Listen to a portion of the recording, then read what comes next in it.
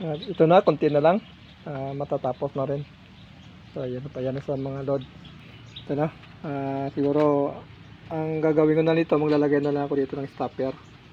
At harangan dito yung dahon. Dapat kasi yung nakasalang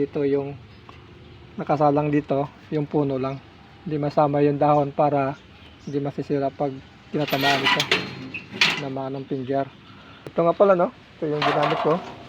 Galing to sa scrap na rep. Ito yung body na rep na ginawa ko sahig. Ito yan. Ito pa, no? Yan, parang kung napapansin nyo ayan. Yan, pipinturahan na lang. Saan mo nga? Tutukan mo. Ito lang yung hawakan niya. Sobrang haba, puputulan lang dito. So ngayon, ito naman, no? Ito, puputulan pa ito, no? Ito kasi yung magtutulak ng palay. Sasabit ka dito. Ito.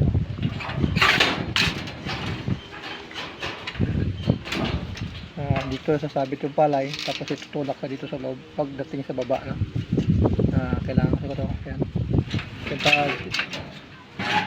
Yan.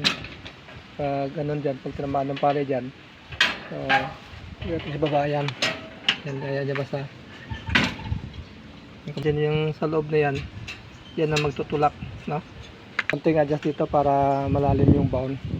Pwede naman adjust dito para malalim yung bound, kasi pwede naman na-adjustan pag gusto man mababa. Huwag sobrang lalim, pwede mo nang pataasan ito. Ikotin lang to, akit pataas. Yung bound ng palay ay bababaw na din, no? Sukat nito dapat pag magtanim na pa yung sukat ito, ano kalapad, yun din yung gagawin doon sa taniman, para isang kansakan na lang dito, isang lagayan na lang. So tatlo yan, Paano ito ginawa, paano ito kinabit yung mga scrap na yan, panoorin nyo lang ang video ito.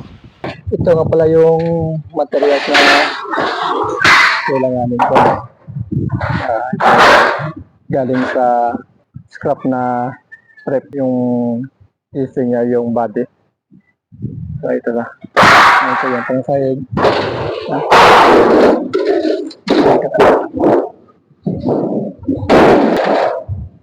Kailangan mo na itong tanggalin, no? Kasi dito yung sa ilalim nilagay.